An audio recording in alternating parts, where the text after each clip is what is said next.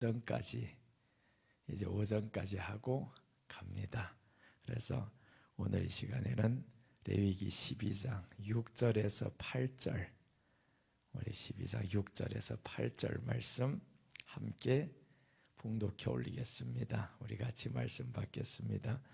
아들이나 딸이나 정결하게 하는 기한이 차면 그 여인은 번제를 위하여 1년 된 어린 양을 가져가고 속죄제를 위하여 집비둘기 새끼나 산비둘기를 회막문 제사장에게로 가져갈 것이요 제사장은 그것을 여호와 앞에 드려서 그 여인을 위하여 속죄할지니 그리하면 사ner이 깨끗하리라. 이는 아들이나 딸을 생산한 여인에게 대한 규례니라. 그 여인이 어린 양을 바치기에 힘이 미치지 못하면 산비둘기 2마리나 집비둘기 새끼 2마리를 가져다가 하나는 번제물로 하나는 속죄 제물로 삼을 것이요 제사장은 그를 위하여 속죄할지니 그가 정결하리라. 아멘. 오늘 말씀은 결례법입니다. 결례법. 어떻게 하면 정결해지냐 이 말이죠. 결례법입니다.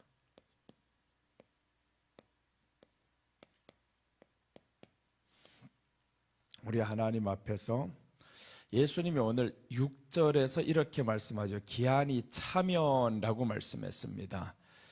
여자아이를 낳으면 14일 부정하다, 남자아이를 낳으면 7일을 부정하다, 이런 말씀을 전했죠. 7일이라는 것은 완전함을 의미합니다. 거기에 부정이니까 완전 죄인이다 그 말이죠. 남자아이를 낳든 여자아이를 낳든 완전 죄인인데 여자아이를 낳으면 2배라는 겁니다. 그럼 여자아이를 출산한 여인이 뭐가 잘못입니까? 딸이 뭐가 잘못이에요? 그 뜻이 아니라는 거죠. 그러니까 여자아이를 낳았다는 것은 여자가 남자에게 범죄하게 만들었어요. 선악과를 가져다 줌으로 범죄하게 만들었다. 이 말씀은 죄를 짓게 한 사람은 더 큰 죄인이다라는 겁니다.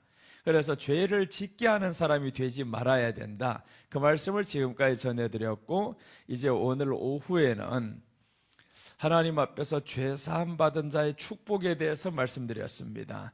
우리가 다 예수님 믿어서 죄 사함을 받았다 그렇게들 다 알고 있죠. 또 그렇게 믿고 있습니다. 우리는 예수님의 이름을 믿어서 죄 사함 받았어요. 구원의 확신이 있습니다.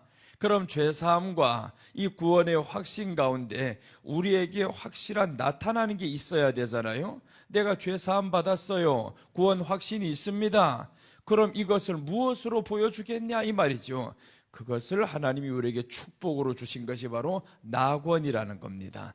우리 안에 낙원을 주셨어요. 이 낙원이라는 것은 기쁨을 의미하고 희락을 의미합니다.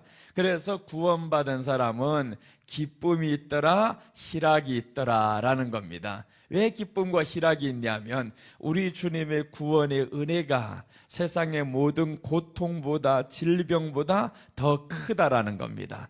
더 크니까 내가 받은 이 은혜가 너무 커서 세상에 있는 고통이 고통처럼 느껴지지 않을 뿐입니다. 왜 아프지 않겠어요? 아픈 사람은 여전히 아프고 없는 사람은 여전히 없으면 배가 고프고 다 힘들어요.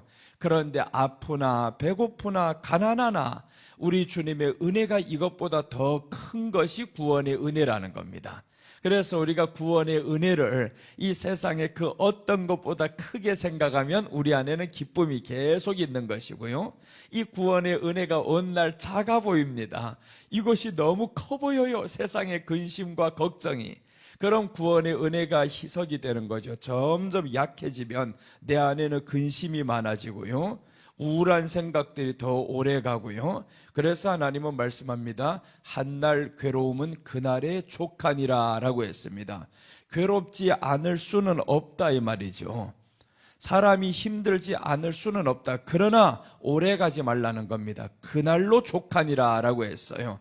그래서 여러분 우리 마음에 힘든 일이 있거나 사람으로 인해서 스트레스 받거나 그날로 족하다 하고 잘 때는 주님의 이름으로 주님의 그 구원의 은혜로 나를 감싸 주시옵소서. 그렇게 하면서 우리가 회복이 돼야 됩니다.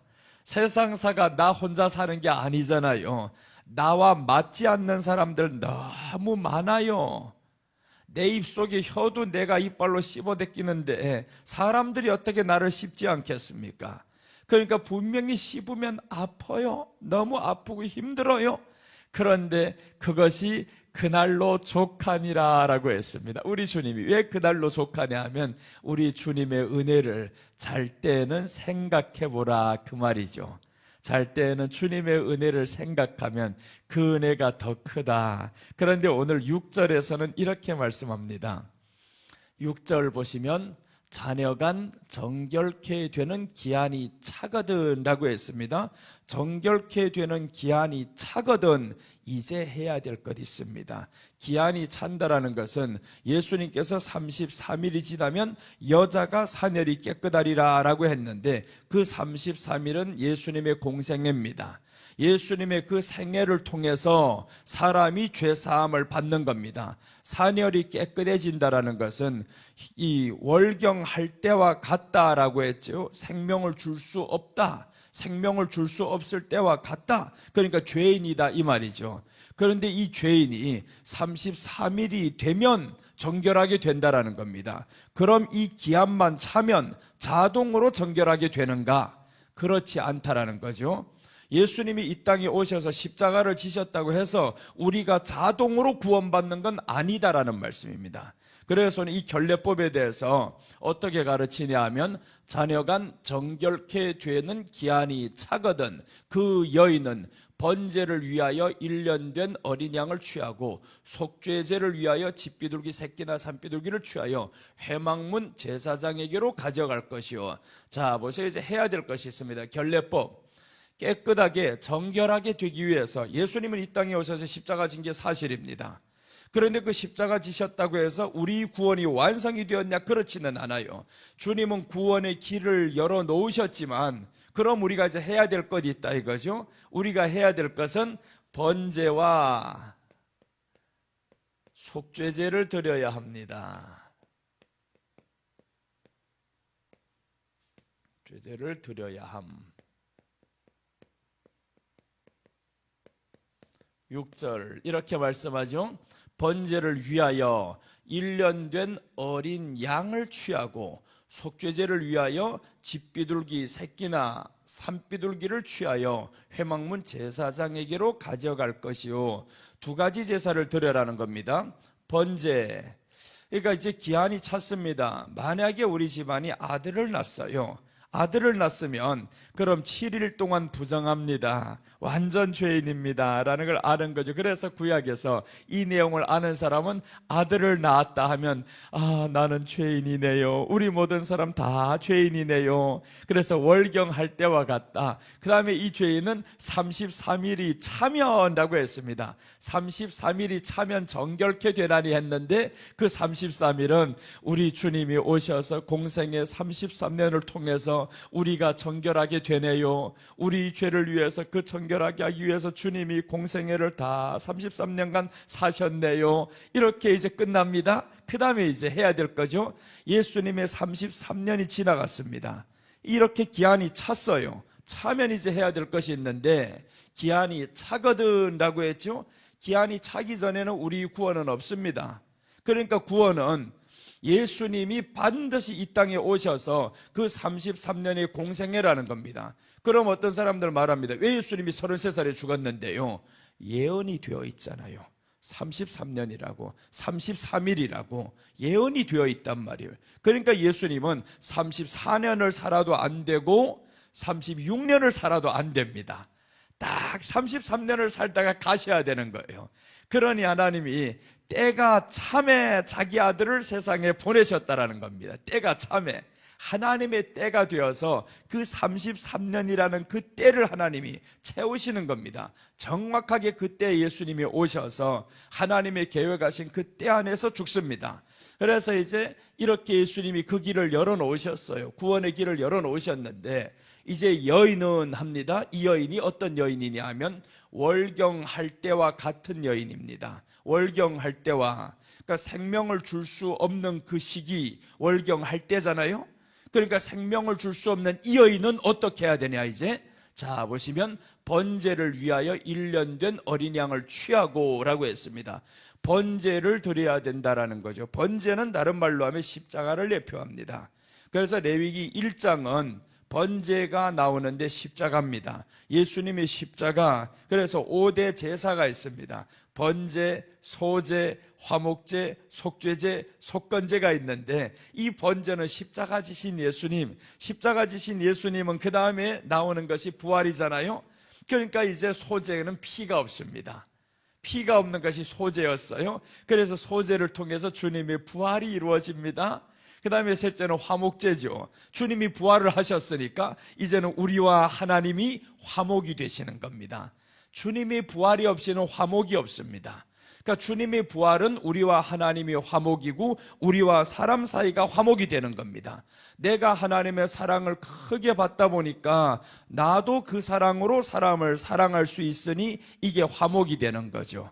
그래서 우리가 세상과의 화목은 하나님이 내게 그 큰 사랑을 주셨다는 것을 알아야 내가 세상에 이 사람들을 사랑할 수가 있어요. 그러니까 우리가 하나님이 나를 사랑하셨다는 걸 아는 것이 바로 부활입니다. 그 부활하신 예수님 이후에 화목제가 나옵니다. 그럼 화목제 나온 뒤에 속죄제가 나오잖아요. 아니, 하나님과 화목했는데 왜 다시 속죄제가 나오냐고요. 화목한 뒤에 죄가 또 다시 들어옵니다. 하나님과 화목했을 때 이 화목제를 제대로 드리지 못하면 속죄제를 범하는 겁니다. 속죄제는 자범죄를 의미합니다. 그래서 사람들이 약해서 자범죄를 짓게 되는 겁니다. 욕심으로 인해서 자범죄를 짓게 됩니다. 그럼 자범죄 끊는 방법이 뭐냐? 화목제를 제대로 드리면 자범죄는 지울 수가 없습니다. 그래서 우리가 자범죄가 왜 자꾸 나오냐 하면 모든 자범죄는 욕심에 의해서 나오는 겁니다. 그 욕심은 어떤 거냐? 두 가지죠. 하나는 사람을 향한 욕심과 하나는 물질을 향한 욕심입니다. 이 두 가지밖에 없잖아요. 욕심은 사람을 향한 욕심, 하나는 물질을 향한 욕심. 그 사람은 나를 포함한 겁니다. 내 안에서 일어나는 모든 것들이 다 나를 위한 욕심인 거예요. 사람을 향한 욕심과 물질을 향한 욕심이다라는 겁니다. 그래서 이제 화목제는 왜 그러면 오게 되는? 욕심 때문에 옵니다. 그러니까 내가 이 물질로 인해서 나눠주지 않으면 내게는 욕심이 들어오는 겁니다. 그러니까 화목제를 제대로 드렸던 사람들은 그 죄에서 벗어납니다. 그러니까 예수님은 화목제로 드리는 겁니다. 이 부활하신 이 예수님께서는 완전히 화목제로 드려버렸습니다. 자신을 다 태워서 드려버립니다. 그러니 예수님께는 죄가 들어올 수가 없죠. 자, 그다음에 이제 속죄제입니다. 번제는 그래서 십자가다라고 말씀했습니다. 이 십자가 지신 예수님을 이제는 어떻게 해야 되냐면 내가 직접 1년 된 어린 양을 취해야 됩니다. 내가 취한다라는 것은 이 십자가 지신 예수님을 내가 믿어야 된다, 그 말이죠. 예수님이 이 땅에 오셨다고 해서 내게 구원이 임하는 게 아닙니다. 주님이 십자가 지셨다고 해서 내가 구원받는 게 아니라는 거죠. 그 기한은 차도 내가 번제를 드리지 않으면, 내가 어린 양을 취하지 않으면 그럼 구원이 없다라는 겁니다. 그래서 구원은 십자가를 믿어야 할 나의 태도를 의미합니다. 그 십자가를 내가 믿어야 하는데 믿으려면 어떻게 해야 되냐? 어린 양을 잡아야 된다라는 거죠. 이 어린 양을 취해야 된다라는 것은 나의 희생적인 삶이 있어야 된다. 믿음에는 희생이 없이 믿음이라고 할 수 없습니다. 그냥 입으로 고백하는 그 믿음을 말하는 게 아닙니다. 양을 취한다라는 것은 실제 삶에서 무엇인가 헌신적으로 드리는 거죠. 그래서 이제 이 뒤에 보면 8절에 보면 어린 양을 드리기에 힘이 부족한 자가 있어요. 우리 8절 한번 하나님이 얼마나 배려가 많으신지 우리가 볼 수 있습니다. 자, 8절 똑같은 번제가 나오는데 보세요.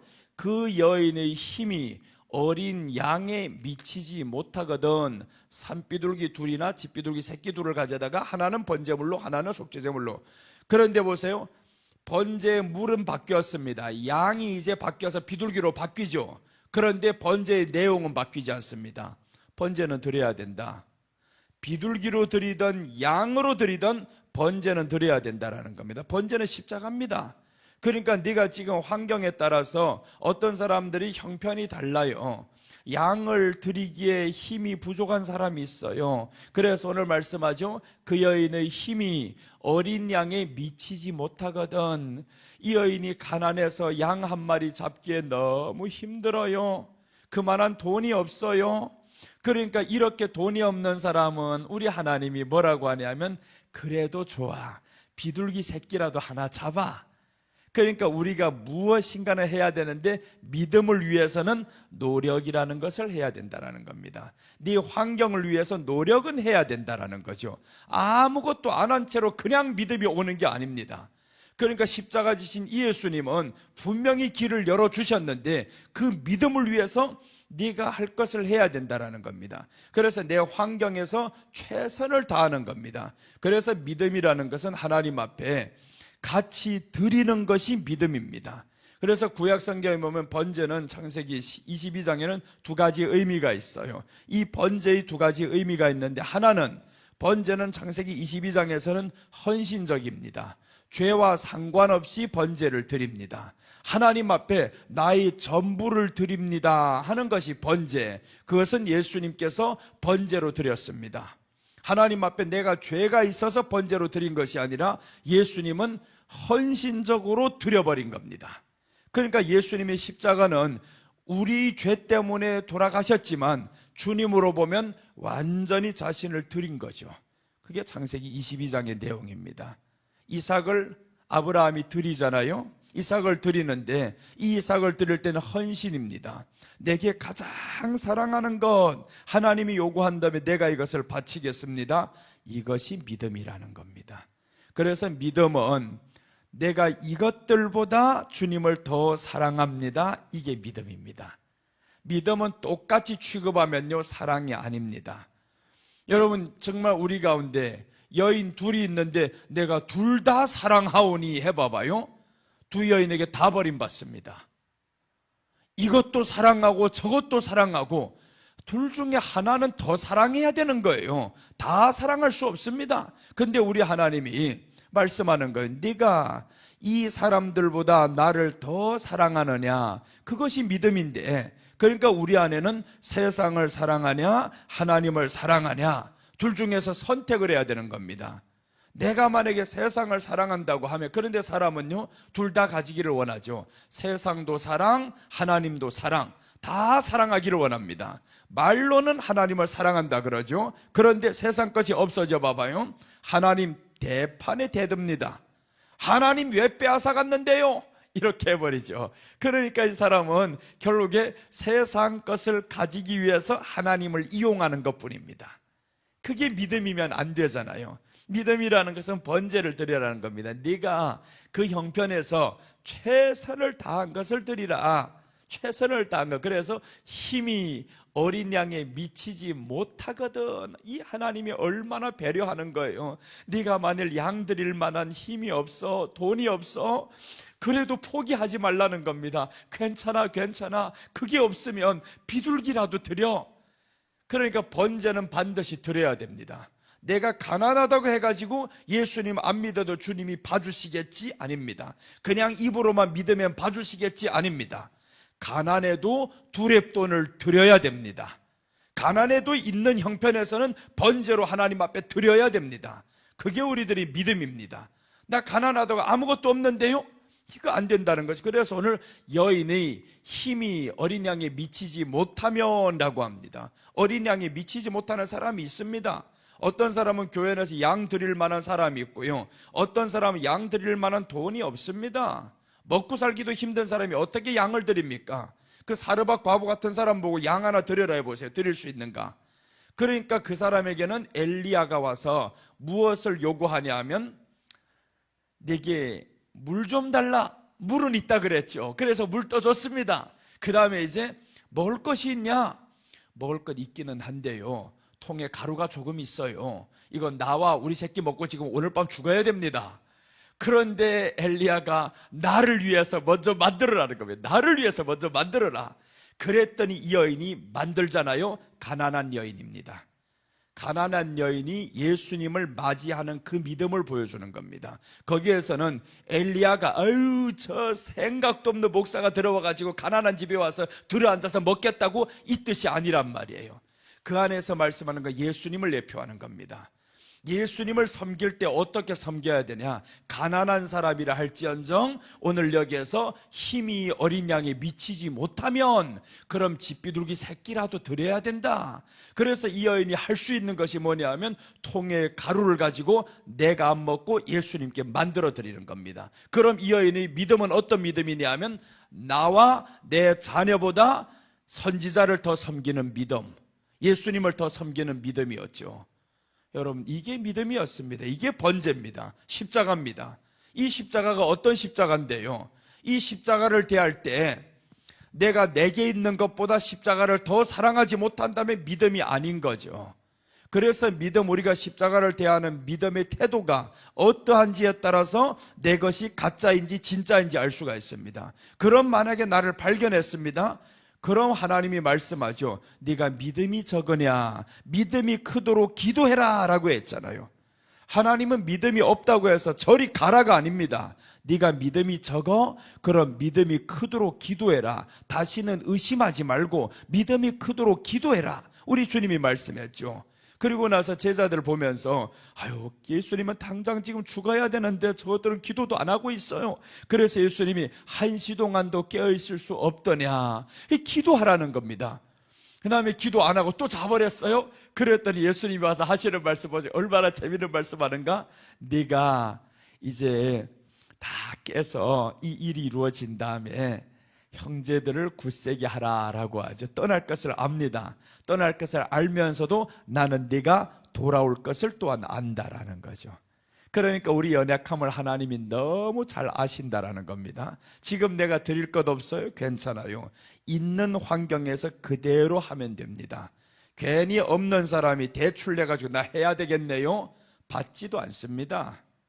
그러는 금 하나님이 받지도 않아요. 왜 그러냐면 힘이 미치지 못하면 미치는 대로 하라는 겁니다. 힘이 미치지 못하면 미치는 대로 해야지 그냥 사람에게 과시용으로는 하지 말아야 됩니다. 때로는 우리들의 헌금이, 우리들의 헌신이 과시용으로 될 때가 있습니다. 사람에게 과시하기 위해서 할 때가 있단 말이에요. 그런 것은 안 된다라는 거죠. 그래서 오늘 성경은 번제를 드려야 되는데 네가 가난하던 양을 드릴 수 있는 형편이든 번제는 드려야 된다. 한 짐승이 죽어주시면 똑같다 이 말입니다. 비둘기를 잡던 양을 잡던 환경에 따라서 할 것은 해야 돼. 그래서 번제를 드려야 되는데 이 번제는 십자가입니다. 예수님의 십자가, 이 십자가로 이제 결례법 정결해지는 겁니다. 그 십자가를 믿어야 되는데 그 믿음이 어떤 것이냐면 내게 있는 환경에서 최선을 다하는 것이 믿음이라는 겁니다. 그냥 주여 나 믿습니다, 영접기도 했습니다, 이걸 오늘날로 믿음이라 하는 사람이 너무 많습니다. 그건 믿음 아닙니다. 그냥 출발했을 뿐입니다. 나 사람이요 하고 출발했을 뿐입니다. 마치 아기가 태어나가지고 울지 않으면 엉덩이를 때려서라도 울리잖아요. 그게 울었다는 것은 뭡니까? 살아있다 그 말이죠. 산 사람으로 이제 출발합니다 라는 겁니다.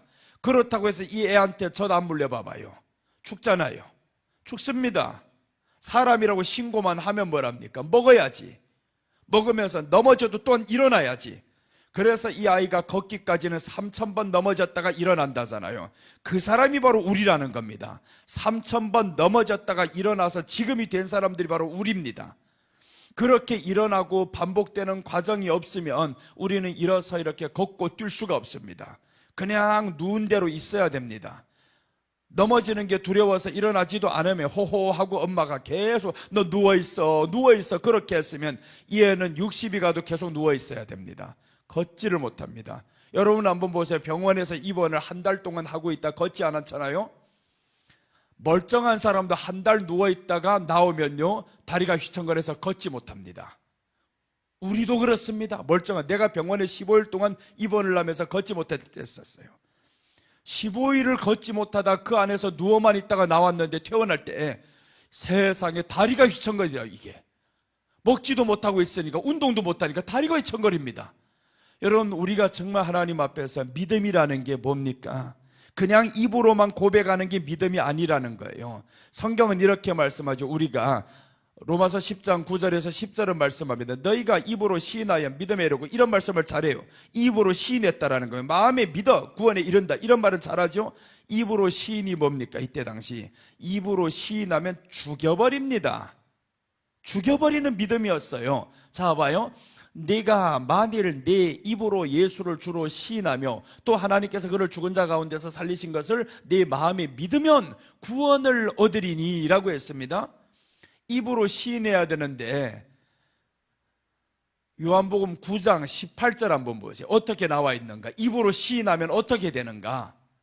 그냥 예수님을 메시아라고 고백해도요 큰일 납니다. 그런데 그분이 나의 구주라고요? 이걸 고백하는 순간 죽입니다, 이거는. 그래서 여기서 보면 유대인들이 저가 소경으로 있다가 보게 된 것을 믿지 아니하고 그 부모를 불러 묻되, 어릴 적부터 태어날 때부터 소경으로 된 아이가 있어요. 이 아이가 예수님을 만나가지고 눈이 고침받고 보게 됩니다. 그래서 집에 뛰어들어가면서 엄마 아빠 나 눈 보여 너무 좋아서. 그러니까 엄마가 궁금하지 않겠어요? 너 누구 만나서 이런 일이 되었어? 그 애가 다 말했단 말이에요. 야, 메시아라는 사람, 예수라는 사람이 있는데요, 그분이 내 눈을 어떻게 했는지 보이기 시작해요. 엄마에게 다 말했죠. 그러니까 엄마에게 이 사람들이 와서 물어요. 유대인들이 믿지 아니하고 그 부모를 불러 묻되라고 했습니다. 자, 19절입니다. 19절을 보면 이는 너희 말에 소경으로 낳았다는 너희 아들이냐? 그러면 지금 어떻게 되어 보느냐? 어떻게 되어 보냐 이겁니다. 엄마에게 물었습니다. 그랬는데 이 부모들이 뭐라고 하나 봐요? 그 부모가 대답하여 가로되 이가 우리 아들인 것과 소경으로 난 것을 아나이다. 맞다 이 말이죠. 우리 아들인 것 맞고 소경으로 난 것을 맞습니다. 그런데 고백은 안 합니다. 21절 보세요. 이제 21절 보면 그러나 지금 어떻게 되어 보는지 또는 누가 그 눈을 뜨게 하였는지 우리는 알지 못하나이다. 저에게 물어보시오. 저가 장성하였으니 자기 일을 말하리이다. 어떻게 되어 보는지 모른다라, 이건 거짓말이었습니다. 거짓말이라는 게 뒤에 이제 들통납니다. 거짓말한 겁니다. 그 사람들에게. 그럼 왜 이런 거짓말을 했을까? 이유가 있겠죠. 그 아들이 고침받아서 얼마나 좋아요. 그 기쁨을 지금 나누고 싶은 게 부모의 마음인데, 근데 그 거짓말을 왜 했냐고요. 이제 뒤에 보면 나옵니다. 22절 보면 그 부모가 이렇게 말한 것은 이미 유대인들이 누구든지 예수를 그리스도로 시인하는 자는 출교하기로 결의하였으므로 저희를 무서워함이니라 라고 했죠. 유대인들이 예수를 그리스도라고 하면 출교하기로 결의했다라는 겁니다. 다 쫓아내버리겠다라는 거예요. 만약에 유대인이 유대인으로 살지 못하고 출교당하잖아요. 먹고 살기가 힘듭니다. 개 취급받습니다. 그러니까 이 사람들이 자기가 살려고 출교당하면 어떻게 살아요? 안 되죠. 그러니까 출교당하는 것 때문에 이 사람들이 말 못합니다. 그럼 자 보세요. 로마서는 예수님이 죽으신 다음이란 말이에요. 부활한 다음입니다. 네로 황제가 존재할 때 그때 기록된 성경입니다. 네로는 역사상에서 가장 기독교를 정말 크게 핍박했던 악한 놈입니다. 그 모든 로마 시를 향해 가지고 불을 질러버리고 나서 자기 시 쓰는 것 때문에 어떻게 풍자하면 이 시가 더 아름답게 나올까 싶어가지고 그 로마 시를 불질러버렸습니다. 전체 로마 도시를 다 불질러버리고, 그 다음에 이 백성들이 이 네로를 향해서 욕하고 돌 들고 하니까 이 모든 죄들을 기독교인들에게 밀어버립니다. 기독교인들이 불질렀어. 그러니까 로마 사람들이 이제 기독교인들 죽여야 됩니다. 누구든지 기독교인이라면 다 죽여. 네로도 죽이고 로마에 사는 모든 사람은 기독교인들 다 죽입니다. 이런 배경입니다. 이런 배경에서 이제 로마서 10장 9절에서 말씀하는 겁니다. 만일 네가 입으로 예수를 주로 시인하면, 이런 배경하에서 지금 이 말씀하는 겁니다. 이제 뒤로 한번 가겠습니다. 자 보시면 네가 만일 네 입으로 예수를 주로 시인하며, 이 말이 쉽겠어요? 출교당할까 봐도 말 못하는데 그런데 이젠 출교도 아닙니다. 죽입니다. 처참하게 죽이는데 어떻게 죽이냐 하면 경기장에 다 가져다 놓고 믿는 사람들은 그냥 사자가 굶긴 그 사자를 훅 풀어놓고 사람을 그 안에 던져 넣습니다. 그럼 자기 아들, 딸이 그 가운데 내가 믿는 것 때문에 그 사자굴에 들어가서 손 잘리고 목 잘리고 발 잘리고 하는 이런 모습들 다 보는 겁니다. 자식들도 마찬가지죠. 우리 부모들이 이렇게 죽는 거 봅니다. 누가 시인하겠습니까? 누가 믿는다고 하겠어요? 이런 상황에서 네가 입으로 예수를 시인하며 하나님께서 그를 죽은 자 가운데서 살리신 것을 네 마음이 믿으면 구원을 얻으리니, 이런 시인하고 오늘날의 영접기도 같습니까? 이거? 같지 않습니다. 그러니까 우리는 최소한에 뭘 해야 되냐 하면, 하나님, 그 십자가를 내가 믿는데 내게 있는 이것보다는 주님을 사랑합니다, 이 마음을 가지는 게 믿음이라는 겁니다. 그 마음이 아니면 믿음이 아닌 거예요. 그거는 그냥 나 태어났어요, 크리스찬이요, 이것뿐입니다. 태어나기만 하면 뭐랍니까? 걷지도 못하는 아이가, 걸을 생각도 안 하는 아이, 생각도 안 하면 그건 죽습니다. 얼마 안 지나가면 죽어요. 걷기를 시도 안 하고 먹기를 시도 안 하면 얘는 죽습니다. 태어나면 뭐랍니까? 죽음이지, 사망이죠. 그래서 성경이 이제 레위기 10장이 중요한 이유가 동물의 시체법에 대해서 계속 설교했잖아요. 동물의 시체법, 사람이 그 시체를 만지거나 옮기거나 하지 말라, 그러면 부정해진다라고 했습니다. 죽은 거, 생명 없는 거 자꾸 좋아하고 자랑하고 그럼 너 죽는다, 이 말이죠. 그런데 오늘날 보세요. 믿는 사람들 생명 없는 세상 것 잃어버렸다고 얼마나 속상해 합니까? 생명 없는 세상 것, 그 사람이 나를 한번 쓰때려 주셨다고 몇 날 며칠을 힘들어합니다. 그 사람이 말이 생명입니까? 진리입니까? 아니잖아요. 사람이 말이 진리가 아닙니다. 그 사람이 말이 생명이 아닌 거예요. 생명은 주님의 말씀이 생명입니다. 그런데 그 사람이 말을 들었는데 내가 왜 몇 날 며칠 아파해야 됩니까? 그러니 오늘 그 시체를 다치는 거예요. 그 시체를 자꾸 좋아하거나 옮기거나 이렇게 되는 겁니다. 그럼 그래서 우리는 번제를 드려야 된다고 했습니다. 결례법, 오늘 여인이 드디어 기한이 찼습니다. 기한만 차면 뭐랍니까? 이거 안 하면 의미 없는데. 그래서 주님은 이 땅에 오신 게 사실입니다. 십자가에 못 박힌 게 사실입니다. 그런데 우리가 번제를 드리지 아니하면 그럼 주님이 나와 상관이 없다라는 겁니다. 주님이 나와 상관없어요. 그래서 우리들의 믿음은 번제를 드리는 믿음이어야 되는데, 십자가를 믿는 믿음, 그 십자가는 내가 가지고 있는 이 모든 것을 드려서라도 십자가를 쟁취할 수 있는 믿음이어야 된다는 겁니다. 그러니 환경에서 최선을 다한 그 사르밧 과부를 향해서 얼마나 좋아요. 그렇게 최선을 다한 믿음에는 하나님이 채워주시는데, 그 과부에게 하시는 말씀이 통에 가루가 떨어지지 아니하고 병에 기름이 떨어지지 아니하였더라, 이렇게 나오죠. 여러분, 우리가 어려운 환경 가운데 그 십자가를 향한 사랑이 우리 안에 있어요. 그럼 어려운 환경에서 비둘기 하나 바쳐가지고 십자가를 믿었습니다. 십자가를 증명했어요. 그럼 하나님이 비둘기 대신에 양을 줄 수 있는 하나님이죠. 그러니 우리가 얼마나 더 복받은 겁니까? 근데 사람은 자기 손에서 나가는 것만 생각해요.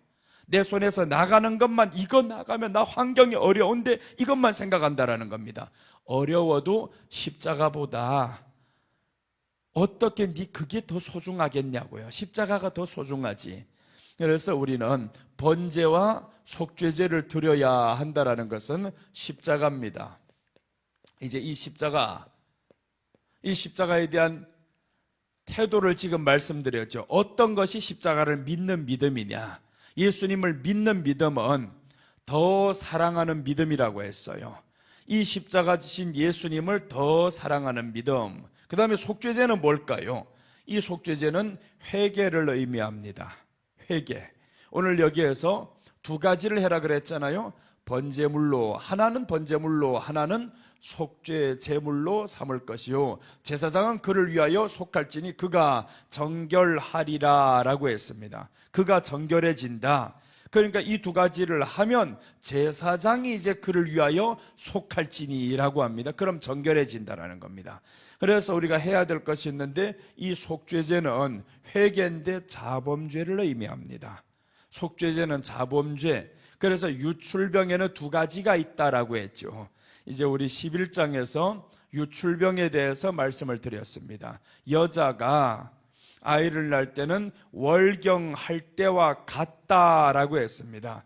그러니까 월경은 유출이잖아요. 유출에는 두 가지가 있다.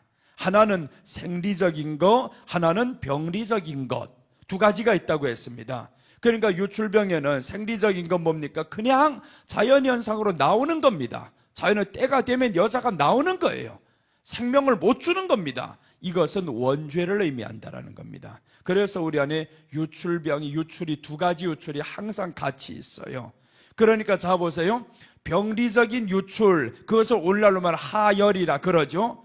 하열은 하지 않도록 사람들이 얼마나 조심합니까? 조심한단 말이에요. 이 하열하면 힘들어, 고치기 어려워. 그러니까 하열하지 않도록 사람들이 건강을 지키는 겁니다. 건강을 지키는 거예요. 그게 바로 자범죄란 말이에요. 자범죄가 들어오지 않도록 지켜야 된다라는 겁니다. 그런데 자범죄가 들어와요. 그러니까 우리 예수님은 유출병 이 하나를 통해서도 우리에게 주고자 하는 복음의 메시지가 있다라는 거죠. 원죄와 자범죄가 이런 것이다. 그것을 가르쳐 주는데, 이 원죄와 자범죄 한 방에 나을 수 있는 것이 바로 예수님이 33일이 차거든입니다.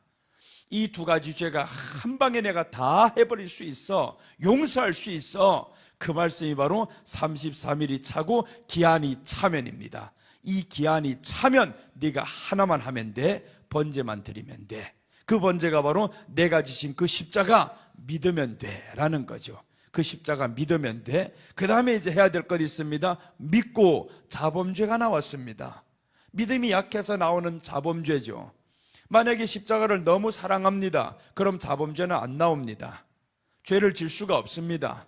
예수님을 세상의 모든 것보다 사랑하면 그 사람은 죄 안 짓습니다. 모든 죄는 어디에서 나오냐면 예수님을 사랑하지 않으면서 나옵니다. 하나님을 사랑하지 않으면서 선악과를 먹는 겁니다.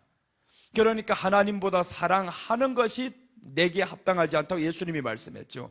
누구든지 나를 따르려거든 자기를 부인하고, 그 다음에 나보다 더 사랑하는 것은 내게 합당하지 아니한다고 했는데, 나보다 더 사랑하는 자가 누구냐면 형제나 자매나 부모나 전토나 라고 말합니다.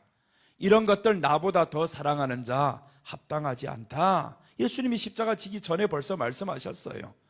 그럼 우리가 이제는 속죄제, 이 자범죄란 말이에요. 자범죄는 회개입니다. 이 속죄제를 드려야 한다. 두 가지. 속죄제를 드려야 되는데 회개. 그래서 십자가와 회개입니다. 오늘 결례법, 정결하게 되는 방법이 십자가와 회개가 같이 있어야 된다. 그래야 우리가 정결해집니다. 그냥 십자가를 믿었어요. 그럼 회개는 어떻게 합니까? 이 십자가를 사랑하지 못한 것을 회개하는 겁니다. 죄가 왜 나왔냐 하면 십자가 지신 예수님을 사랑하지 않았기 때문에 나왔던 죄들이었습니다. 다윗이 왜 간음죄를 졌냐? 하나님을 사랑하는 마음에서 눈이 돌아갔어요. 여자를 사랑하는 마음으로 돌아갔습니다. 그게 죄라는 겁니다. 그래서 우리는, 사람들은요 그냥 죄의 결과만 따집니다. 죄의 결과만 보니까 간음죄 한단 말이에요. 도둑질 한단 말이에요. 이 죄의 결과만 봅니다. 그런데 하나님은 왜 죄를 졌냐 이거죠. 왜 죄를 졌냐? 죄를 짓게 된 원인을 보니까 십자가 지신 나를 사랑하지 않은 데서 왔구나, 여호와의 율법과 계명을 사랑하지 않은 데서 왔구나라는 거죠.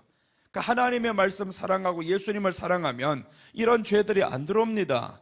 회개, 속죄제 드릴 필요가 없습니다. 그런데 이것을 드려야 할 이유는 사랑하지 않았거든요. 그러니까 오늘 두 가지를 하나님이 하라는 겁니다. 번제를 드려라, 속죄제를 드려라. 알아라는 거죠. 십자가와 회개다. 그래서 회개는 무엇이냐? 십자가 지신 예수님을 사랑하지 않은 채 다른 것 사랑했던 것, 그게 죄라는 겁니다. 다른 것 사랑하니까 죄의 열매들이 계속 나오는 겁니다. 왜 사람이 다툽니까? 왜 사람이 원망합니까? 주님을 향한 사랑과 감동과 감격이 많으면 사람을 향해서 원망, 불평할 수가 없습니다. 근데 그런 것들이 왜 나왔냐면 주님의 사랑이 내 안에 있는 줄 모르니까, 그냥 내 기분대로 사는 거죠. 그러니까 원망하고 불평하고 이렇게 살아갑니다. 그 말씀은 네가 하는 그 원망은 십자가를 향한 사랑이 아니야, 믿음이 없다는 걸 자신 스스로 폭로하는 겁니다. 그런데 자기가 잘 믿는 자라는 거예요. 이미 다 폭로해놓고 나 안 믿는 자요 해놓고는 자기가 믿는 자랍니다. 믿지 않는다고 책망하면 언제 내가 안 믿는데 했냐고. 행동이 나왔는데, 주님을 사랑하지 않는 행동이 나왔는데. 그러니까 우리는 예수님이 뭐라고 말씀하냐면 나를 떠나서는 아무것도 할 수 없는 데라 했는데, 이 가지가 나무에 붙어 있지 아니하면 열매를 맺을 수 없느니라 라고 했어요. 가지가 나무에 붙어 있어야 되는데, 그럼 잡아요. 그 다음에 또 이제 이렇게 말씀했죠. 무화과에서 포도나무를 낼 수 없고 포도나무에서 감람나무를 낼 수가 없고, 이렇게 말씀합니다. 그 말이 뭐냐 하면 예수님으로부터 받은 이 믿음에서는 미움을 낼 수가 없고 원망을 낼 수가 없고, 그럼 이런 것들이 나왔다 하는 것은 다른 나무라는 거죠. 예수님이 말하는 포도나무가 아니라 가시나무라는 말이죠. 너는 가시나무기 때문에 가시가 나왔어. 예수님에게서는 가시가 나올 수가 없습니다. 포도나무에서 가시를 낼 수가 없습니다. 그러니까 우리 안에 주여, 회개해야 될 게 뭐냐 하면 주님은 포도나무인데 내게 포도나무가 아닌 다른 것들이 열렸네요. 포도나무 가지에 제대로 붙어 있었으면 그 가지에서 그 뿌리에서 나오는 그 물을 흡수했으면 이 가지에서 나오는 건 그 열매여야 되는데 열매가 다른 게 나왔습니다. 그것을 회개라 하는 거죠. 하나님이 요구하는 열매가 나오지 않았던 다른 것. 그래서 우리 회개는 조금 이제 진보적이 돼야 됩니다. 그냥 나타나는 도덕적인 것, 윤리적인 것 여기에서만 회개하면 끝난 게 아니라 이제는 죄를 끊어버리는 회개를 내야 되잖아요. 그 죄의 열매들만 자꾸 따봐봐요. 계속 나오지. 열매만 딴다고 해서 안 됩니다. 우리 교회 가면 어떤 게 있냐면 그 1층에서 누군가가 뭘 심어놨는데 나무가 줄 타고 올라가는 게 있죠. 건물을 둘러싸는 거. 이게 여름만 되면 이게 올라가서 건물 전체를 파랗게 다 싸고, 싸다 보니까 창문까지 다 싸고 올라갑니다. 이거 야 어디서부터 잘라야지, 내가 봤어 이거. 그래서 건물 뒤편에 가보니까 뭐가 있냐면 요 나무 뿌리가 거기에서 나왔더만요. 거기에서 나와서 그 한 뿌리에서 쭉 올라가서 건물을 쭉 둘러싸더라고요. 이 하나가 지금 계속 둘러싸 다 싸고 있습니다. 그래서 가서 가위를 들고 나가서 그 뿌리를 잘라버렸어요. 뿌리를 잘라버리고 위에 거 자를 필요가 없더라고요. 위에 거 자르자면 너무 위험해요. 건물 타고 올라가야 하잖아요. 뭔 또 빌려야 되잖아요. 그러니까 이런 것들 너무 번거로워요. 그러니까 한 방에 죽일 수 있는 방법이 있는데 요 너무 뿌리를 잘라버리자. 그거는 이을 수가 없어요. 그래서 뿌리를 잘라버렸는데 그 나무에서는 그 뿌리를 뚝 잘라버렸습니다. 붙이지도 못하게 그냥 다 잘라버렸습니다. 그런 이후로부터 그게 다 말라 삐뚤어졌습니다. 이 건물에서 말라 삐뚤어져 가지고 그냥 잡아당기니까 다 떨어지더만요. 이게 회개입니다. 회개라는 건 그래서 죄를 끊는 방법이, 이 죄가 왜 왔냐면 뿌리가 잘못된 데서 온 겁니다. 근데 사람들은 자꾸 열매만 따려고 한단 말이에요. 이 열매만 따고 끊어버리면 끝난 줄로 알고 있어요. 내년 가봐요, 또 나옵니다. 미움을 회개했는데 미움이 또 나옵니다. 왜 미움이 나왔는가, 이걸 알아야죠. 왜 내가 미워하고 그랬는가. 그래서 우리 회개는 원뿌리를 자르는 회개여야 된다는 겁니다. 원뿌리를. 그래서 오늘 이 회개가 십자가를 사랑하지 않은 데서 나온 죄다라는 겁니다. 예수님을 사랑하지 않은 데서 나온 죄. 그러니까 예수님을 사랑하면 이제부터는 이 죄가 끊어지는 거죠. 그래서 우리 주님이 오늘 번제와 속죄제를 같이 드려라는 겁니다. 속죄제 하나만 아닙니다. 너 지금 이렇게 죄인 맞아. 80일이 지나야 너는 지금 죄인데, 그런데 이 죄인이 드디어 기한이 찼습니다. 엄청난 기회가 왔어요. 그래서 이 사람은 이제 두 가지를 하라는 겁니다. 번제와 속죄제, 속죄제만 하는 건 압니다. 회개만 해서 안 된다 이 말이죠. 그 회개는 십자가와 같이 들어가야 된다라는 겁니다. 그래서 이 말씀 보면서 참 놀라운 게, 예전엔 깨닫지 못했어요. 왜 꼭 하필 번제와 속죄제를 같이 넣어야 되냐? 번제는 같이 들어갑니다. 번제와 화목제가 같이 들어가고요, 번제와 속죄제가 같이 들어가고요. 그럼 이 모든 회개는 어디에서 와야 되냐면 십자가를 통한 회개라는 거죠. 내가 십자가를 사랑하지 않았더니 화목이 안 되었더라. 그러니까 화목제도 같이 드리는 이유가 있습니다. 십자가 지신 예수님을 사랑하면 속죄제, 자범죄 짓지 않습니다. 그래서 예수님이 말씀했죠.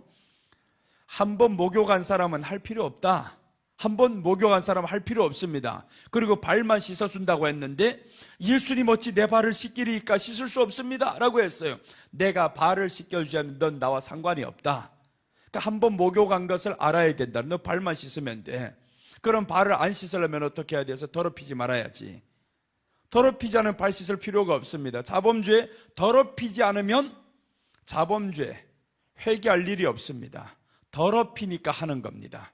그 더럽힘은 십자가를 사랑하지 않은 데서 온 더럽힘이라는 겁니다. 그래서 예수님은 딱 요구하는 바가, 베드로를 불러들이면서 이제 마지막 사명 점검이잖아요. 베드로, 이제 너 이 사람들보다 나를 더 사랑해? 물어봅니다. 나를 더 사랑하냐? 맞습니다.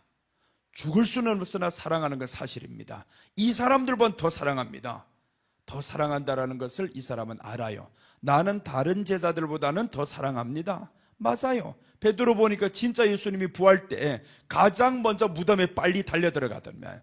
두 제자가 가는데 베드로가 나이가 더 많아요. 그런데 두 제자보다 베드로가 더 빨리 달려갔더라라고 합니다. 그 사랑함 때문입니다.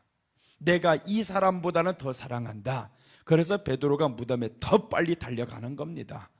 그러니 하나님이 아시니까 그래요. 네가 이 사람들보다 나를 더 사랑해 하는 것은, 그래서 베드로의 대답을 보면, 주님, 내가 주님을 사랑하는 줄 주님께서 아시나이다 라고 했죠. 이 앞뒤 배경이 다 있어서 그렇습니다. 주님이 내가 이 사람들보다 사랑을 아니까 그것을 묻는 겁니다. 모르는 거 묻는 게 아닙니다. 주님이 우리에게 요구하는 것은 할 수 없는 것이 아니라 할 수 있는 것을 요구하고요, 내게 아는 것을 요구합니다. 세상의 시험은 모르는 건 내죠. 모르는 시험 내가지고 떨어뜨리려고. 근데 우리 주님은 아는 시험을 냅니다. 네가 풀 수 있는 시험을 낸다라는 겁니다. 이길 수 있는 시험. 얼마나 좋으신 예수님이에요.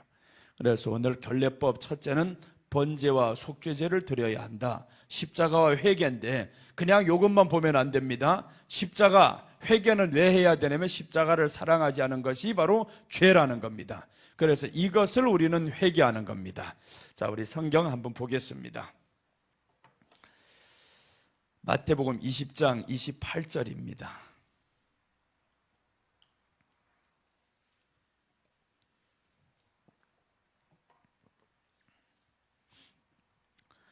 이제 1시간 설명해서 서론이 끝났습니다. 여기 이제부터 이 안에 깊이로 들어가는 내용입니다.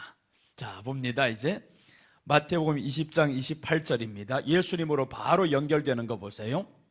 인자가 온 것은 섬김을 받으려 함이 아니라 도리어 섬기려 하고 자기 목숨을 많은 사람의 대속물로 주려 함이니라 라고 했습니다. 이 대속물로 주기로 함이니라, 자기 목숨을 대속물로 주려 함이니라 라고 했습니다. 그러니까 여기에서 번제는 누구냐면 양을 잡아야 된다 그랬죠. 내 죄를 위해서 죽어주실 이 양이나 비둘기나 이것들을 잡아야 되는데, 예수님이 바로 네가 잡는 그 양이, 그 비둘기가 바로 나였단다라는 거 가르쳐 주는 거죠. 네가 잡는 그 비둘기가 나다. 네가 보기에 하찮게 생각했던 그 비둘기가 나다. 최선을 다해서 잡아서 드렸던 그 양, 그 비둘기가 예수님을 예표한다는 겁니다. 그래서 예수님께서 오늘 말씀하는 바가, 인자가 온 것은 섬김을 받으려 함이 아니라 도리어 섬기려 하고 자기 목숨을 많은 사람의 대속물로 주려 함이니라. 그러니까 이 양은 죽어가는데 누굴 위해 죽어가냐 하면 이 번제를 드리는 이 여인을 위해서 죽어가는 겁니다. 번제를 드리는, 십자가를 믿게 될 우리를 위해서 이 예수님이 죽어간다, 내가 그것을 위해서 왔다라는 겁니다. 그러니까 예수님은 죽이는 걸 좋아하는 거예요. 네가 비둘기를 죽여, 양을 죽여, 너무 좋다, 너무 좋다, 내가 너희를 위해서 죽어주신다는 거 너 지금 믿는구나, 그 말이죠. 예수님이 나를 위해 죽어준다라는 것을 믿는 행동이 비둘기 잡아서 번제 드리는 겁니다. 그런데 이 제사가 언제 멈추냐 하면 바알신을 섬길 때 이 제사가 멈춥니다. 이스라엘 나라가 두 나라로 갈라지면서 그때부터 제사가 멈춥니다. 하나님 앞에서 드려야 할 이 번제, 남유다에는 보세요, 제사장이 있습니다.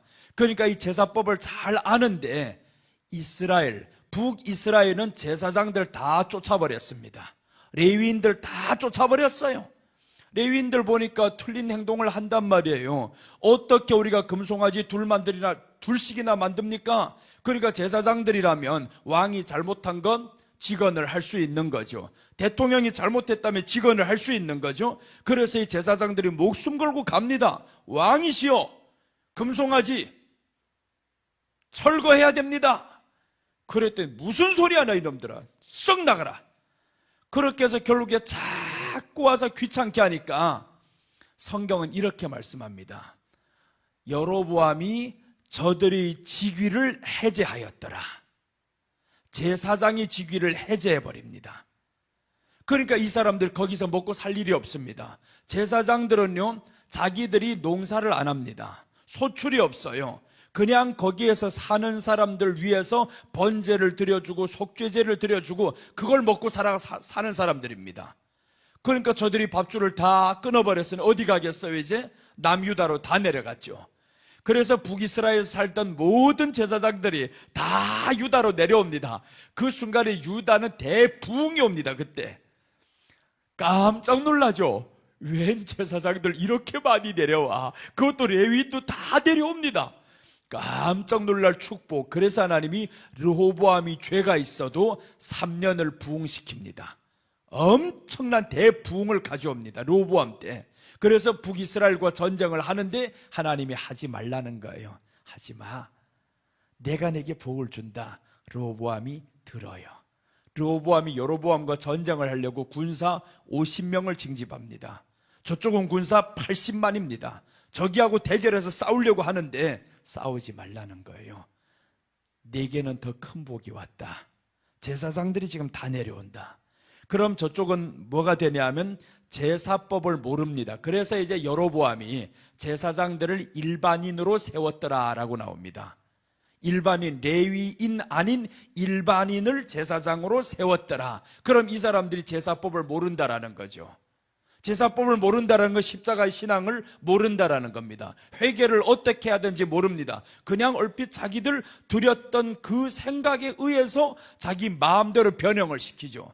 그러니까 이 제사장들이 물어봅니다. 왕이시여, 전에는 어떻게 드렸는데요? 어떻게 드렸더라? 그렇게 해봐. 이렇게 하고 여로보암이 죽어요. 그럼 그 집에 아들이 와서 또 왕이 된 다음에 우리 아버지 어떻게 했더라? 모른단 말이에요. 아무도 모릅니다. 그러니까 이제 이 나라에서는 이때부터 멈추는 게 있습니다. 제사가 멈춥니다. 예배가 멈춥니다. 이 번제가 멈춥니다. 속죄제가 멈춥니다.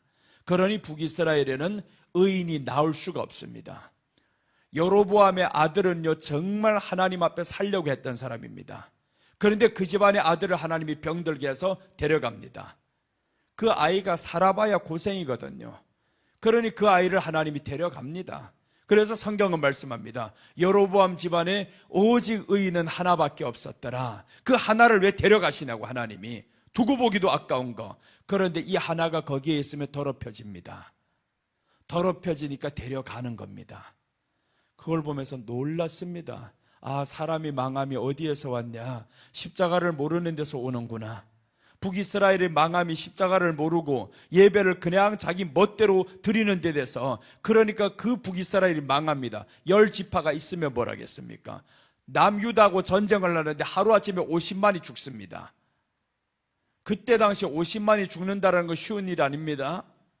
500명, 5,000명이 죽어도 대단히 많은 사람인데 50만 명이 남유다와 전쟁을 하다가 하루아침에 죽어나갑니다. 이렇게 남유다를 하나님이 저 북이스라엘을 심판합니다. 너희들 봐라, 이 번제를 다 없애버리더니 번제 드리는 법도 모르지. 두어야 할 이유가 없습니다. 살려둬야 할 이유가 없어요. 그래서 예수님이 내가 많은 사람을 위해서 대속물로 주려고 왔다 하는 것은 이 번제 드리는 사람들, 속죄제 드리는 사람들, 이 사람들은 그 예수님을 기다리면서 드리는 겁니다. 그러니까 사르밧 과부가 북쪽에 있는 사람이잖아요. 일반 백성입니다. 사르밧 과부는 남유다 사람이 아닙니다. 북이스라엘의 사람입니다.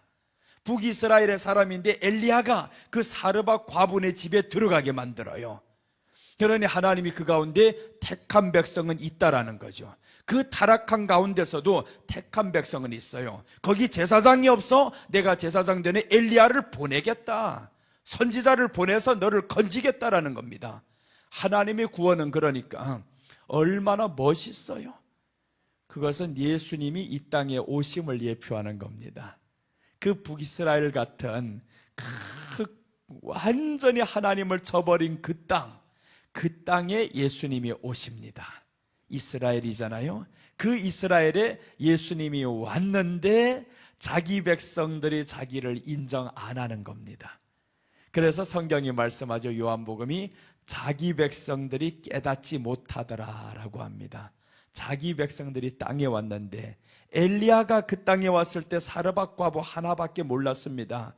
그러니 사르밧 과부가 딱 보니까 수로보니게 여인 같은 사람들, 이방인 여인이 예수님을 알아보잖아요. 그래서 예수님을 맞이하고 백부장 같은 이방인, 이런 사람들이 알아보는 겁니다. 유대인들 알아보지 못했습니다. 예수님을 죽였어요. 그래서 아합을 보면 엘리야를 죽이려고 하잖아요. 아합의 아내가 엘리야를 죽이려고 하잖아요. 결국에 엘리야가 로뎀나무 아래에서 자기가 죽기를 청합니다. 그 로뎀나무는 십자가를 대표합니다. 그 십자가 밑에서 그 로뎀나무 아래에서 뭘 가져다 주냐면 까마귀를 통해서 떡과 물을 가져주고 그것을 먹고 엘리야가 힘을 얻어서 40일 동안 달려갔더라라고 나와요. 까마귀를 통해서 먹었다는 건 성령을 통해서 부활했다 그 말이죠. 거기에서 죽었던 이 예수님이, 그 로뎀나무 십자가에서 죽었던 이 예수님이 부활하셔서 40일을 달려가는 겁니다. 그 40일이 어떻게 똑같잖아요.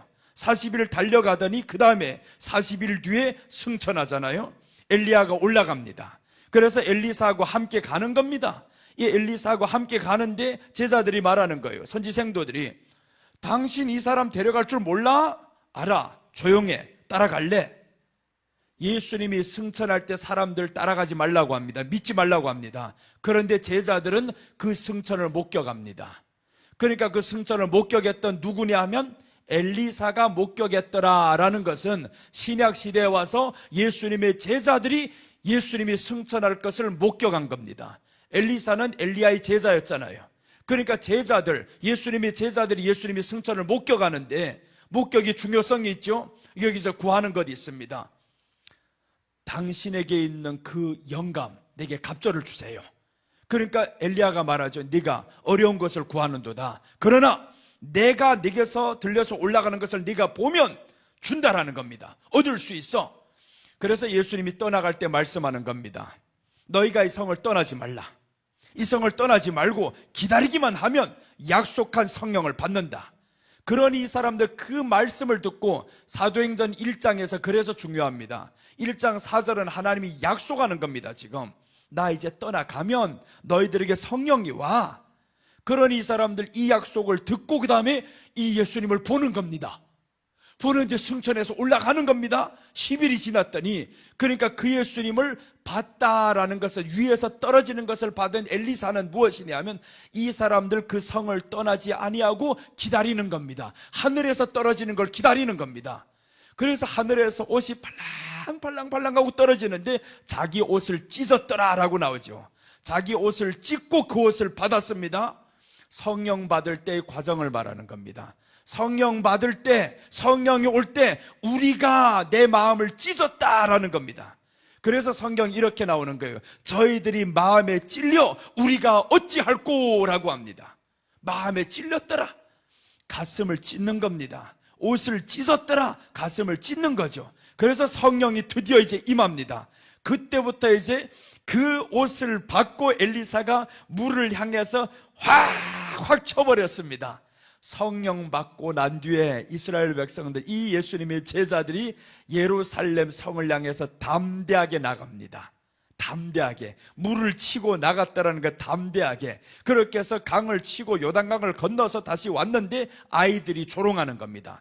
42명의 아이들이 조롱하다 저주받아 죽었죠. 죽었는데 예수님을, 그 제자들을 조롱하는 사람들이 있습니다. 조롱하는 사람들 저주받게 된다라는 거죠. 그래서 참 멋있죠. 엘리사가 성격이 나쁜 사람 아닙니다. 그런데 그 사람이 42명의 아이들을 그렇게 죽이겠냐고요? 성령을 무시하는 사람들, 그 말이죠. 이 아이들을 무시하는 겁니다. 성령에 대해서, 십자가에 대해서 무시하는 사람들이 있습니다. 오늘날에도 십자가에 대해서 무시하는 사람들이 있습니다. 너희들이 죽음이 저 42명의 아이들에게 곰이 나와서 물어 죽이는 거 못 봤어? 그게 마지막에 주님의 심판인 겁니다. 주님이 십자가에 무시하는 사람들은 마지막에 곰이 뭡니까? 마지막에 엄청 환란으로 인해서 저희들이 정갈이 나와서 찢어 죽이고 하는 거죠. 그래서 마지막 땐 전염병이 크게 옵니다. 엄청난 전염병이 온다고 했습니다. 지금 코로나 같은 전염병이 아닙니다. 이것은 하나의 그냥 징조뿐이죠. 누가복음 21장 11절 한번 봅니다. 어떤 전염병인가? 엄청난 큰 전염병이 마지막에 옵니다. 자, 봅니다. 처처에 큰 지진과 기근과 온역이 있겠고 또 무서운 일과 하늘로서 큰 징조들이 있으리라. 이 온역은 전염병입니다. 세번역 성경은 전염병이라고 나와 있습니다. 그렇게 해서 이 전염병이 있겠고라고 했습니다. 전염병으로 인해서 수많은 사람들이 이때 죽습니다. 무서운 일과 하늘로서 큰 징조들이 있으리라. 그러니까 각 처처에서 지금 지진이 일어나잖아요. 기근이 일어나잖아요. 근데 이게 강도와 빈도가 세지고 많아지는 겁니다. 예전보다 지금 강도가 세졌습니다. 빈도 자주 옵니다.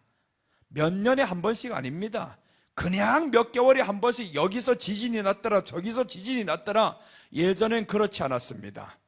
한 번씩 큰 지진이 나면 88년도에 났더라 이렇게 한 번씩 나는 겁니다. 칠레 지진이 몇 년도에 났더라 이렇게 한 번씩 나는데 지금은 그렇지 않아요.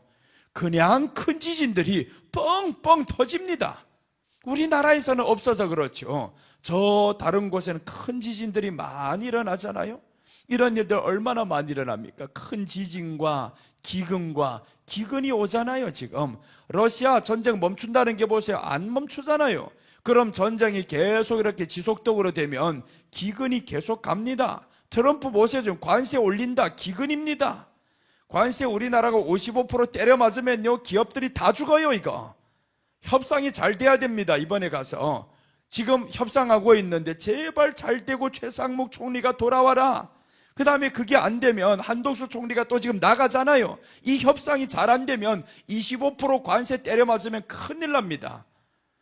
그런데다가 중국은 145% 때렸다 그러는데 유예할 수 있다, 협상할 수 있다, 지금 이렇게 카드를 걸고 있죠.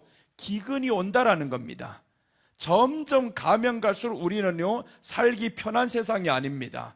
어려운 세상이 계속 오게 됩니다. 세상 보면 그렇잖아요. 지금 트럼프가 올라오면서 경제 살렸습니까? 더 어려워집니다. 미국 경제 보세요. 더 어려워집니다. 물가는 폭등해가지고 뭐 햄버거 하나 2만 원이 넘다네요. 이거 갈비탕 하나 3만 원 넘다네요. 그렇게 해가지고 우리나라보다 적은 그 갈비탕을 주면서 어떻게 그렇게 비싸게 받아요? 이렇게 해서 물가 폭등 계속 일어납니다. 관세 때린다는 거 우리나라에도 물가가 올라가는 겁니다. 비싸게 들여오니까 우리도 물가가 자동으로 올라가고요. 우리를 관세 때리면 수출이 안 되고요. 수입할 때는 비싸게 해야 되고요. 그럼 어떻게 살아가라는 겁니까 이게? 그러니까 점점 지금 어렵게 되는 거죠. 큰 지진과 기근과 온역이 있겠고 전염병이 있겠고, 전염병을 한 번 쓸고 갔잖아요. 지금 이 코로나로 해서 전염병이 한 번 다 쓸고 갔습니다. 이것은 경종입니다. 한번 큰일 터지기 전에 경고로 하나님이 맛보는 겁니다. 지금 마지막에 전염병이면 온 세상입니다. 여기서 말하는 전염병은 온 세상입니다. 온 세상에 전염병이 있는데 코로나가 온 세상이었잖아요. 예전에 있었던 그런 병들하고 다릅니다. 코로나는 징조 자체가 달라요. 이 징조는 온 세상에 알리는 징조. 그래서 그 징조를 통해서 우리는 깨어나야 되는 거죠. 그럼 이제 우리가 해야 될 일 하나밖에 없습니다. 예수님 더 사랑하자. 예수님 사랑하면 그 안에서 주님이 보호를 해주신다고 했어요. 보호를 해주시겠다. 자, 우리 어디 보냐 하면 계시록 6장 5절과 6절 한번 보겠습니다.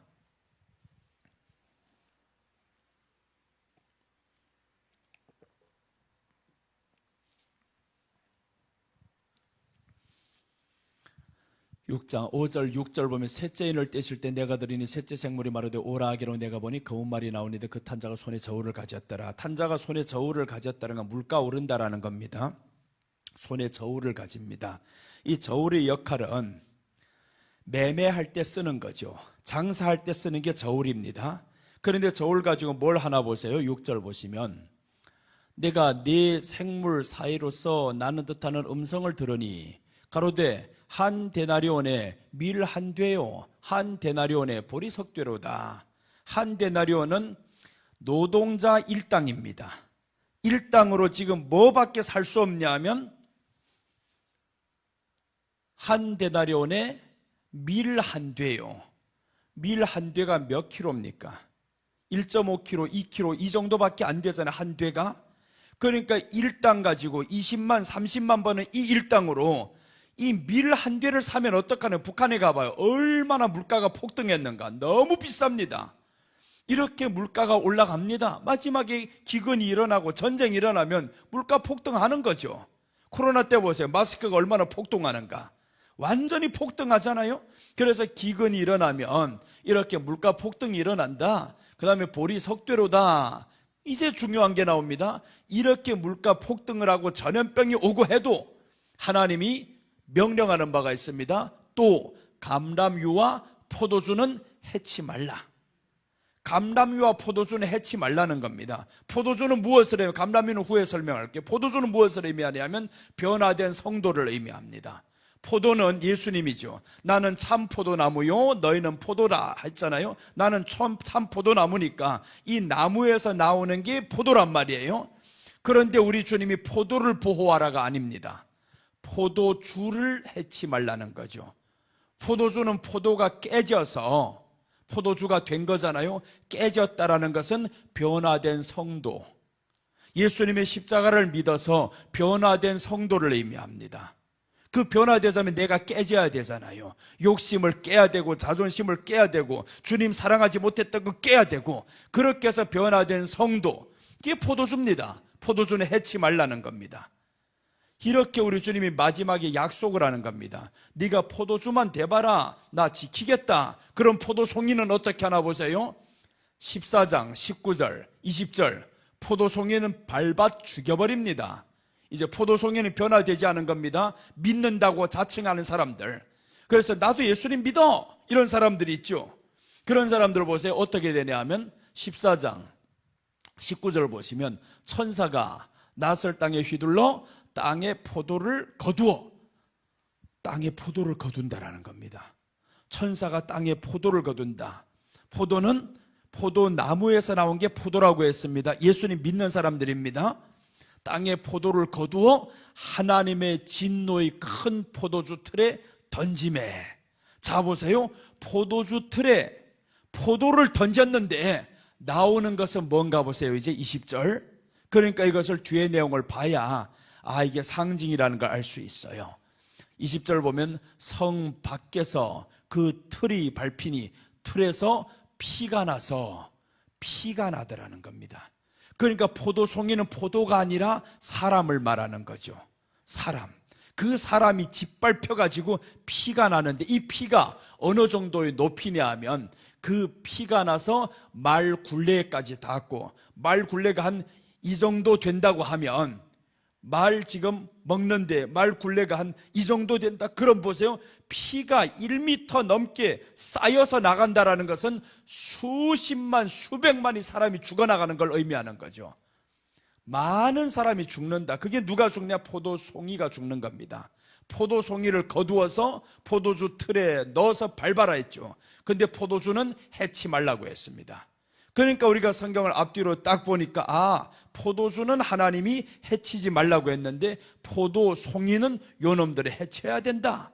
지금 변화받을 수 있을 기회 있을 때 바뀌지 않는 것들 마지막에 다 쳐버려라, 이 말인 거죠. 그래서 지금 우리가 기회 있을 때 스스로 맞아 터지는 게 낫습니다. 빨리 변화되는 게 낫습니다. 내가 절로 준비하고 맞는 거는요, 물론 힘듭니다. 내려놓기 힘들어요. 그래도 우리가 지금 하는 게 낫지, 지금 안 하면 마지막에 하나님이 던져버릴 때는 회개를 못합니다. 그냥 맞아서 쓰러져야 됩니다. 이거는 심판 속에 넣는데 어떻게 회개가 합니까? 저기에 쳐넣어버렸는데 포도송이가. 그러니까 포도송이가 되면 안 되고 포도주가 돼야 됩니다. 이 포도주는 깨지는 것을 의미해요. 깨져야 됩니다. 밟혀야 됩니다. 내가 스스로도 쳐서라도 밟아야 됩니다. 그래서 나를 밟아서 포도주가 되어서 하나님께 드려지는 겁니다. 이 포도주가 드려지면 그때부터 이 포도주는 관직이 회복이 되었더라라고 합니다. 이렇게 드려진 사람, 관직은 우리가 천국의 자녀의 그 관직이 회복이 됩니다. 그래서 포도주가 되는 게 참 중요하죠. 이 포도주는 해치지 말라고 했습니다. 그러니까 그 포도주가 오늘 말하는 십자가 사랑인 거죠. 그 십자가, 내가 십자가를 사랑하지 못했던 것, 예수님을 사랑하지 않아서 나왔던 이 죄의 줄기들 끊을 생각하지 말라고 했습니다. 뿌리를 잘라버려야 된다 했습니다. 그래서 주님을 사랑하지 못한 것 용서해 주세요. 이제 사랑하겠습니다. 주님을 사랑하는 그 순간 이 줄기들이 잘라집니다. 그래서 우리는 죄의 열매들 신경 쓸 필요 없습니다. 그냥 주님만 사랑해버리면 이 죄의 열매들 끊어졌는데요, 주님만 사랑하면 잘라집니다. 주님만. 바람난 것들 보세요. 어떻게 하는가? 다 보면요, 자기 와이프보다 더 못난 것하고 바람난 이런 게 많아요. 내용이 그렇더라고요. 실제는 모릅니다. 내용이 그런 내용들 많아요. 그런데 왜 그러냐 봤더니 저희가 더 좋아 보이거든요. 더 좋아 보이니까 여기 사랑해서 돌아버렸습니다. 더 좋아 보이면 돌아섭니다. 더 좋아 보여야. 그런데 언제 다시 돌아오냐 하면 저기가 나를 버려야 돌아오는 거예요. 저희가 나를 버리면 그때부터는 갈 곳이 없어서 천부여 의지 없어서 여보 나왔어요 하죠.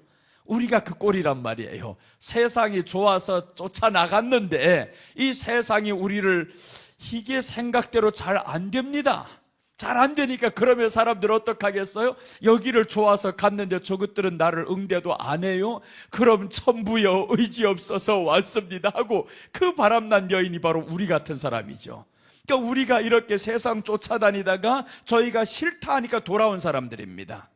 그러니까 우리는 어떻게 해야 돌아오려면 저기서 버림받고 돌아오는 겁니다. 그냥. 그러니까 왜 저기를 좋아했겠어요? 하나님보다 저희가 좋아졌으니까. 그게 죄라는 거죠. 하나님보다 세상이 좋아졌습니다. 그래서 성경은 야고보서 4장 4절을 향해서 간음한 여인들이여 라고 합니다. 간음한 여인들이 했는데 어떤 것이 간음이냐, 영적으로는 무엇이 간음이냐, 그것을 설명합니다. 야고보서 4장 4절 보시면 간음하는 여자들이여 세상과 벗된 것이 하나님의 원수임을 알지 못하느냐. 그런즉 누구든지 세상과 벗이 되고자 하는 자는 스스로 하나님과 원수되게 하는 것이니라. 세상과 벗된 것이라고 했잖아요. 하나님보다 더 사랑하니까 세상과 벗된 거죠. 세상과 친구가 됐습니다. 하나님이 나의 가장 큰 사랑이어야 되는데 세상이 나의 사랑이 되어버렸습니다. 그러니까 이 사람을 향해서 간음한 여자들이여 라고 하는 거죠. 간음한 여자들이여. 그 여자는 교회를 말합니다. 간음한 교회 성도들이여, 이 말인 거죠. 세상과 벗이 됐다. 세상 건 너무 좋아한다. 그래서 우리가 세상 것 좋아함에 있어서 이제는 돌아서는 겁니다. 나 주님 사랑할래요. 그래서 주님이 사랑이 됐어요. 주님이 사랑이 되면 여기는 자동으로 끊어졌습니다. 자동으로 끊어집니다. 끊을 필요가 없습니다. 자동으로 끊어져요. 내가 주님 사랑하면 이건 자동으로 끊어집니다. 그래서 우리가 회개는 십자가를 향한 사랑이다라는 겁니다. 자, 하나 보고 이제 마쳐야 되겠어요. 에베소서 1장 7절입니다.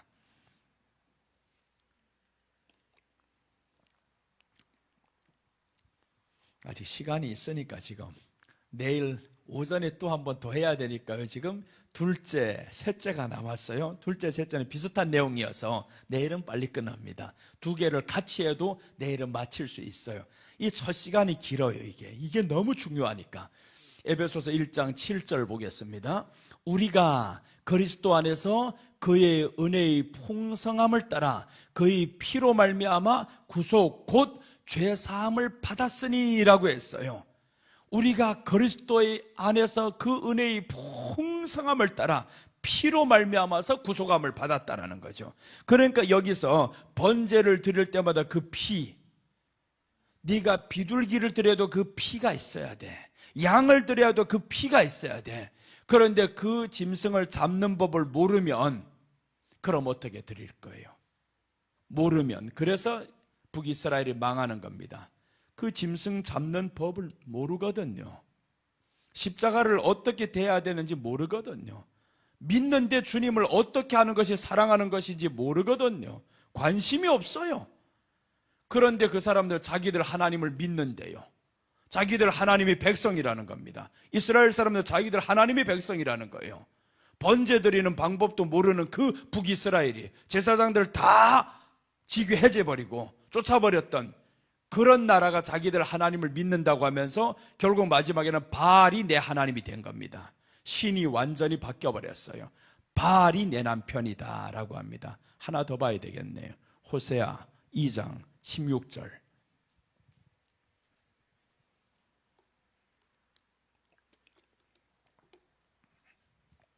자, 호세아서 2장 16절 보시면 여호와께서 이르시되 그날에 네가 나를 내 남편이라 일컫고 다시는 내 바알이라 일컫지 아니하리라 라고 했어요. 그날은 마지막 날입니다. 심판날입니다. 호세아는 북이스라엘을 향해서 예언했던 선지자입니다. 그러니까 북이스라엘이 지금 뭐라고 하냐면 바알이, 그러니까 그날이 아직 이르지 않았습니다. 그럼 지금은 내 남편이 누구냐 하면 바알이라는 말이죠.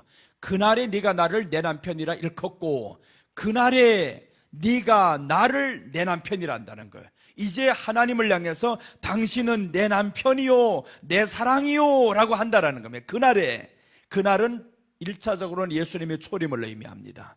예수님의 초림 때는 이 사람들이 주님을 향해서 내 사랑이요 라고 한다는 거죠. 드디어 제자들 통해서 했잖아요. 주님을 사랑합니다 이렇게 했죠. 근데 다시는 내 바알이라 일컫지 아니하리라. 그럼 지금은 바알이 내 바알이요 내 남편이요 이 말인 거죠. 바알이 내 남편이고 바알이 내 사랑이고 이게 신앙이 되었습니다. 저희들의 신앙은 세상과 짝한 신앙입니다. 세상 것을 위해서 살아가는 신앙. 여러분, 그래서 우리가 하나님의 이름을 부르면서 저들은요 바알을 섬기면서 이렇게 말합니다. 우리가 언제 하나님께 하지 않았냐고요. 11조도 했고요. 다 했다라는 겁니다. 바알에게 드린 겁니다. 바알에게 드려놓고 자기들은 하나님께 했다라는 겁니다. 얼마나 위험한 신앙입니까? 지식이 들어가지 않는 신앙은 위험한 신앙으로 갑니다. 그냥 무식하게 바알만 섬기면 하나님인 줄로 알았어요. 그러니까 자기들 하나님을 섬긴다라는 거. 우리는 하나님 버린 적 없어. 바알을 지금까지 섬겼거든요. 신이 완전히 바뀌었는데도 바뀐 줄도 모릅니다. 이 위험한 사람들이죠. 그래서 우리는 하나님 말씀에서 이 번제 드리는 법을 주님이 그렇게 가르쳐 준 겁니다. 구약에서. 그러다가 그 번제로 예수님이 죽는 모습을 볼 때 사람들은 알았어요. 그 십자가 지는 모습을 보면서 드디어 의인이었도다 라고 합니다. 의인이었도다. 왜 그러냐면 흠없는 짐승이 번제에서 죽어야 되거든요. 번제 드릴 때 흠 있는 짐승이 들어가면 안 됩니다. 레위기 1장 3절 한번 더 보겠습니다. 1장 3절 보면 흠없는 수컷으로 해야 된다라고 했습니다. 그러니 예수님이 십자가에서 죽으실 때 의인이었도다 라고 하는 겁니다. 그는 실로 죄가 없도다 라고 하는 겁니다. 자, 레위기 1장 3절 보면 그 예물이 소위 번제이면 흠없는 수컷으로 회막문에서 여호와 앞에 열납하시도록 드릴지니라. 흠이 없어야 된다는 겁니다. 이 수컷이 지금 죽어서 하나님 앞에 번제로 드리자면 흠이 없어야 된다. 그래야 이 흠이 없는 것이 너에게 들어가서 너희 죄를 용서할 수가 있고, 너는 죄는 저에게 들어가고 저에게 있는 의가 너에게 들어가는 겁니다. 그러니까 예수님이 죽으실 때 봐봐요, 흠이 없도다. 이 말씀 그대로 신약에서 저는 실로 죄가 없도다, 의인이었도다 라고 증명이 되는 겁니다. 사람이 입에서 나옵니다. 구약이 이미 그렇게 예언되었잖아요. 수천 년 전부터 예수님은 죄가 없이 번제로 드려진다. 그 번제로 십자가에 달려서 죽게 된다. 그러니까 번제를 제대로 드렸던 사람은 알죠. 십자가에 못 박혔던 그 예수님이 우리가 어디에서 많이 했던 행동들인데, 많이 했던 행동들 지금 자꾸 보고 있는데 이제는 우리가 죽이는 게 아닙니다. 내가 죽이는 것이 아니라 그 죽어가는 예수님을 보면서 사람들, 그래서 훗날에 사람들이 다 돌아오는 겁니다. 떠났던 사람들 예수님을 다 믿어요. 알게 됐거든요. 그 지식을 알았어요. 우리가 지금까지 번제 드렸고 모일 때마다 제사 드렸고 했던 그것이 바로 이분이었어. 이분이 우리를 위한 그 죽어주심이 바로 그 짐승이었어. 그러니까 요한의 그 복음을 들었던 사람들은 알죠. 보라, 세상 죄를 지고 가는 하나님의 어린 양이로다. 그 양이 죽어가는 모습, 예수님이 죽어가는 그 모습이 번제 드렸던 거하고 똑같습니다. 먼저는 죽이고 그러면서 채찍질하면서 가죽을 벗기잖아요. 가죽을 벗기는 것은 예수님의 옷 벗김을 당하고요, 머리가 상하죠. 여기 머리를 향해서 자기들 찔러 죽여봤단 말이에요. 그 짐승들을 향해서. 그러니까 짐승을 향해 이마를 향해서 칼을 들고 확 찌를 때마다 눈에 팍 찔러서 피가 나고 이쪽 눈에 찔러서 피가 나고, 그렇게 해서 정수리를 향해서 찍어야 되는데 그게 제대로 산 짐승이 제대로 찍히냐고요. 칼이 들어오면 피하지. 이렇게 하니까 돌아서니까 이쪽 눈이 팍 찔리면 피가 툭 터져서 나오고, 그 모습이 예수님이었습니다. 그 채찍으로 해서 확 돌리면서 탕 치면 이 채찍 앞에 갈고리가 있습니다. 그 갈고리는 어디에 걸리냐 하면 구멍 있는 데만 걸립니다. 구멍 있는데. 그럼 그 채찍이 확 돌면서 2.5m짜리 채찍이 사람 몸에 팍 찍히면서 갈비가 구멍 있는데 툭 걸려가지고 툭 뜯어내면 갈비가 뜯어서 나오고, 목에 걸리면 여기에서 툭 뜯어서, 얼굴에 걸리면 눈이 툭 뜯겨서, 코에 걸리면, 입에 걸리면, 그러니까 구멍에만 툭툭 들어가면 다 찢겨나갑니다. 그러니까 우리가 그냥 십자가 고난, 그 십자가 못 박히는 그렇게 처참하게 죽는 거는 안 보이죠. 그냥 우리 본 것은 여기 가시면류관을 쓴 것만 봤습니다. 여기서 피가 내리잖아요. 피가 뚝뚝 내리는 모습은, 가시면류관은 이미 벌써 창세기에서 말씀했단 말이에요. 아담을 향해서 네가 가시 엉겅퀴를 쓰게 될 것이다. 엉겅퀴는 가시입니다. 가시. 그 가시를 쓰고 죽는 거예요, 예수님이. 그러니까 여기에서 피를 흘려내리는 그 예수님, 이거 보면서 사람들 압니다. 이 제사를 잘 드렸던 사람들은 알게 된다라는 겁니다. 저분이 바로 우리가 지금까지 드렸던 그 짐승이야. 그래서 사람들이 성경에 대한 지식이 있는 사람들, 그때 당시 빨리 돌아오는데 바울이 빨리 돌아오는 겁니다. 사도 바울이 그래서 예수님을 누구보다 더 사랑합니다. 사도 바울이 말했죠. 나는 율법으로 말하면 가말리엘 문화에서 자란 사람이다. 너무 잘 안다 이 말이죠.